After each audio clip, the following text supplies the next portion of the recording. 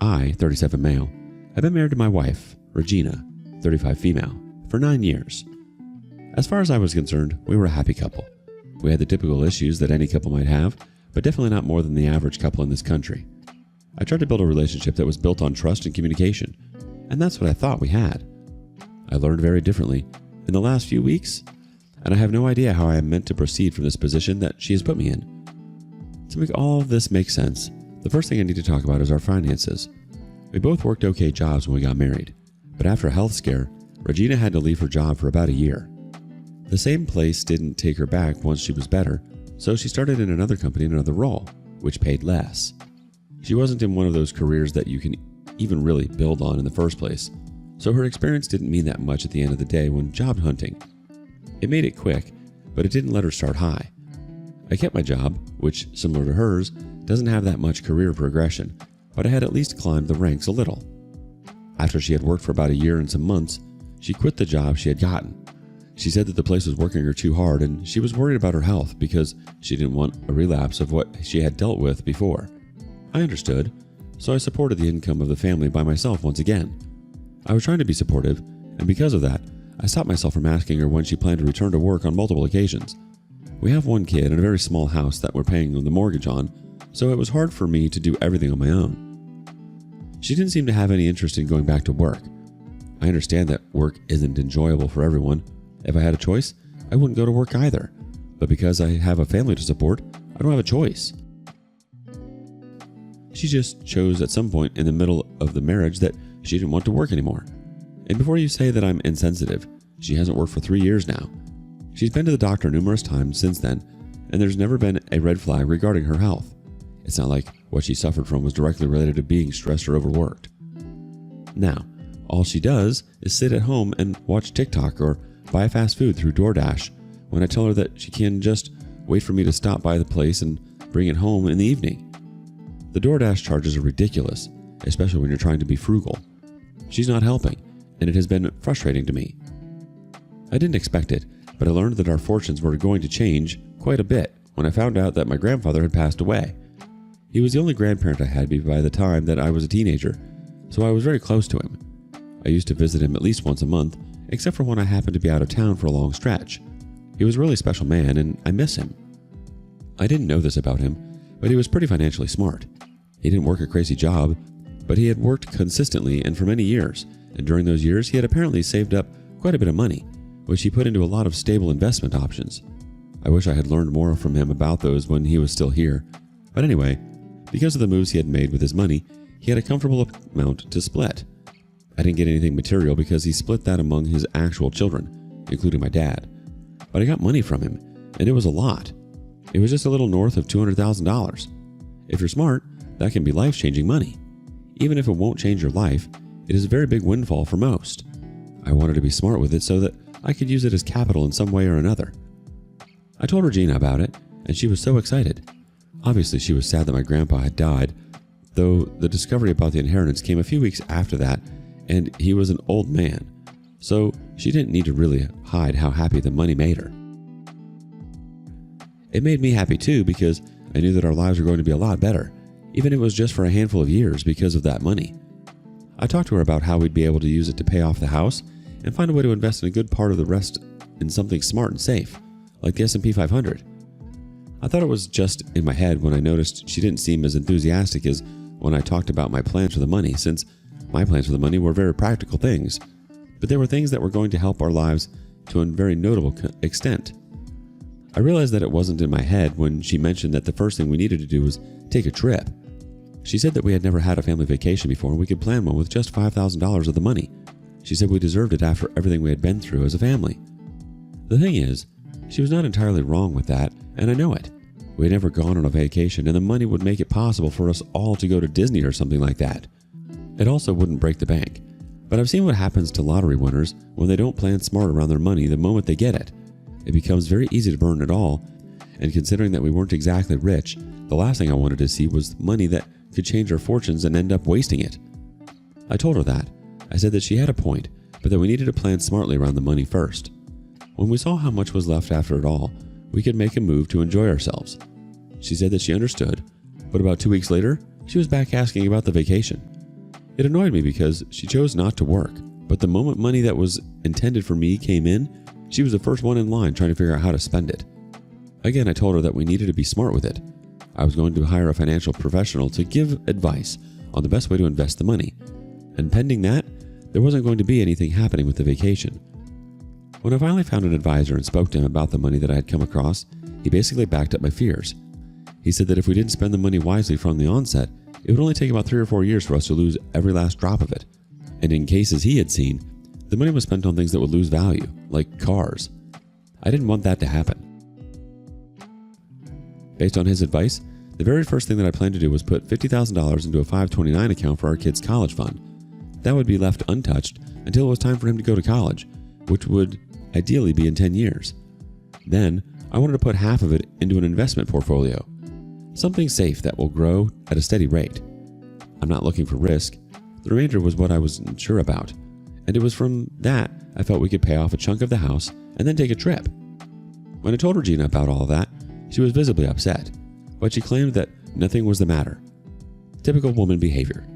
It was stressing me out though, because I wanted to make sure that I was making the right decision with the percentages that I wanted to lock away, but she wasn't contributing anything meaningful to the discussion because she was clearly moody. One thing that she said, and didn't repeat when I asked her to, was that she had been with me for years and she had never gotten anything luxury. Like I said, I told her to say it again because I wasn't sure I had heard her, but she refused to repeat it. I didn't like that because it started sounding like when the inheritance came in, she thought that I was going to be ready to splurge it on nonsense. Again, I didn't mind us all taking a trip because I felt like we deserved it after a few hard years, but she sounded like she wanted Gucci and a new car, and it was stressing me out that we didn't align financially. It came up a few more times, and each time it ended with her in a big mood and me just repeating the same things that I had already established. I have actually hesitated on doing anything with the money until now because of the friction that there is based on it. I was trying to make things work between us, but that wasn't what she wanted. That's a lot, but I think that's the background. Now, this is the reason why I'm posting here. To be honest, I can't quite believe that things went in this direction. It hurts me so badly and I don't know what to do. I have learned that Regina was cheating on me. I don't know if she wanted me to find out because she was angry at me and wanted to hurt me, but she didn't cover her tracks at all, and it seemed like she intentionally wanted me to figure it out. I was at work and she called me. It seemed like a butt dial because she wasn't saying anything, but then I heard a man's voice. Obviously that alarmed me, and I hung up and called her right back. She picked up, and when I asked where she was, she said she was at home. I told her that she had butt dialed me and I thought I heard a man in the background. She said there wasn't a man at home, but she didn't sound convincing. I tried to leave work immediately, but I couldn't, so I was on my way back about an hour after the call. I had to lie that there was an emergency. When I got there, she was truly alone, but I knew that she hadn't been alone because the house smelled like a man's perfume. I asked her who had been at home, and she said no one. She claimed she had been at home alone the entire day. When I went into the bedroom, I found an open condom wrapper sitting on the floor, literally as soon as I entered the room. I yelled at her to come, and I pointed at it. She said it must have been an old one that we used. I'm not proud of it, but the way she was so calm about it pissed me off. I grabbed her by the throat, not like I was trying to kill her, but to pull her closer. I told her to tell me the truth. I was furious. I let go of her after like 3 seconds, but I was still so angry. She said I was overreacting, and looking back, it was like she was trying to provoke me. I told her to give me the phone, and she refused. She was holding it, but I took it from her with force. She fought back only for a little bit and basically gave up and let me take the phone. She didn't try to take it back from me. She just sat back on the couch and watched me. As soon as I opened her messenger, I saw that she had been having a conversation with a guy called Victor. She told him to come over a few hours before the whole thing had gone down. She wrote, "My husband isn't here right now." She also explicitly told him to bring protection. Then after he had gotten home, he messaged her to tell her that he was back and he had a great time. I think that's what she wanted me to see, because it was right at the top. The thing is, I somehow had my head calm enough in that moment that I had her phone to check the next conversation, which was with her friend Lindsay. I knew that she told her everything, and in that, she was complaining to her friend about the inheritance situation. She said I was being stingy and selfish. They had a talk about how she'd negotiate getting her cut of the money, and then they had a call. That was the last I could see. I realized, despite the fact that I was shaking with anger, that I was looking at the evidence of her cheating and the fact that she felt like I was being selfish by being smart with money. I pulled out my phone and opened the camera to record her screen. It took her a while, but when it clicked to her what I was doing, She asked, "What are you doing?" When I didn't answer, she jumped at me and tried to pull her phone out of my hands, but I moved it out of her reach. She basically tried to climb me to get it, and she drew blood with her nails in the process, which made me push her away and toss her phone at her. I didn't check the video until days later, but I got the relevant parts of the conversation with Victor, and most of it with her friend. I asked her why she wanted to hurt me so badly, just because I wanted to be smart with money that was mine. She said, "Just shut the F up," under her breath. It really seemed like she was trying to provoke me. I don't know if she wanted me to be violent with her to make her case stronger. I told her that I wanted a divorce, and she said, "Thank God." That broke me, and I walked out of the house at that point. I couldn't be there anymore because I had already crossed a line, and I feared that I was going to do worse. I came back to the house much later.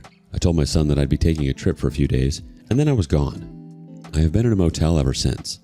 I regret leaving the house, but with the way she was acting, getting her out would have gone very badly. I've been out ever since, and I really need a lot of advice on how to proceed with things now.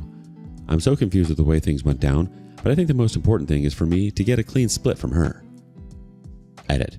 From everything I've narrated, some people are of the opinion that she wants to force a split to get part of my inheritance money. I think they might be onto something there. When I didn't choose to spoil her with it, she decided our marriage was worth potentially getting $100,000. For her, a lazy witch, I'm sure that money is everything for her. I never saw this coming from her, but I don't think anyone will ever be able to surprise me again. My objective now is to hurt her as bad as she hurt me. I resent her so much for what she's done to our family because of money. Update. This here is an update to the last post I made. The TLDR of that one is that I got an inheritance. My wife wanted me to spend it on her and vacations instead of being smart with it. She let me catch her cheating to force a divorce instead of just asking for one, and apparently did all that in order to walk away with half the inheritance, which would come out to about $100,000 for her. I'm happy to say that I'm finally split from her.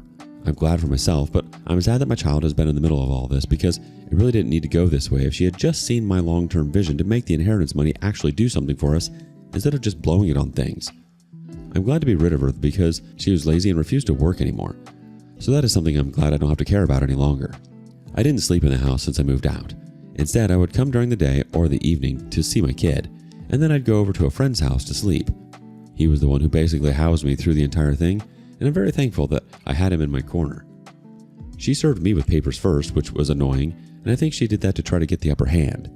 The good thing was that I had a video, though it wasn't great, of the text messages on her phone that showed how she basically planned to get a share of the inheritance.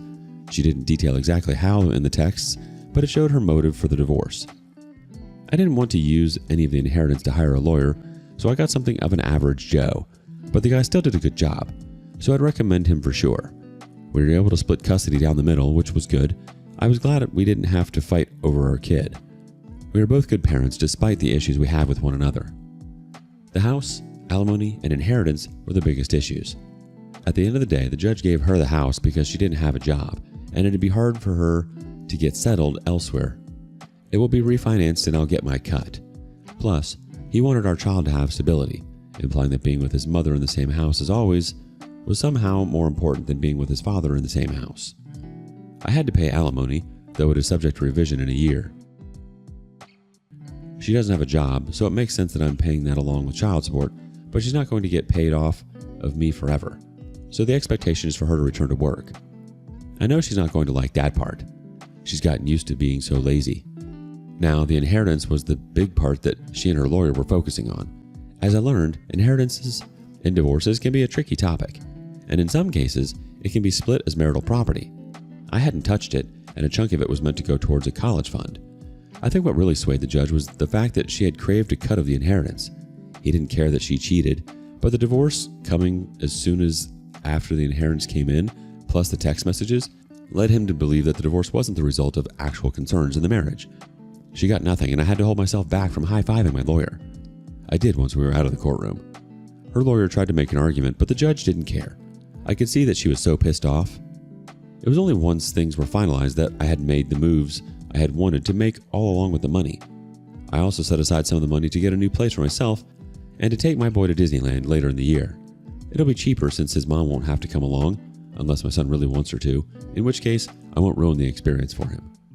Ultimately, she didn't want me to be smart with the money and decided our marriage wasn't worth it. I'm convinced she was already half over us because I don't want to believe money was what made her call it quits. She got alimony, child support, and the house, so I guess she's not empty-handed. But she didn't get what she wanted, and that's all that matters to me. She was never your partner. She was a free-floating, selfish witch whose only loyalty was to herself. You tried to plan responsibly for your family, and she treated that like a personal insult. She wanted Gucci, vacations, and a windfall, and when she didn't get it immediately, she decided the marriage was worth throwing away. That's not frustration over finances. That's predatory, manipulative behavior. And then a condom wrapper for dramatic flair? Yikes. That's one way to end a marriage. How do you know when someone is in your life for love, or just for the perks? Let us know your thoughts in the comments below. And thank you for joining us today on Our Space. Be sure to like and subscribe and hit that notification bell so you don't miss out on our next video. See you next time.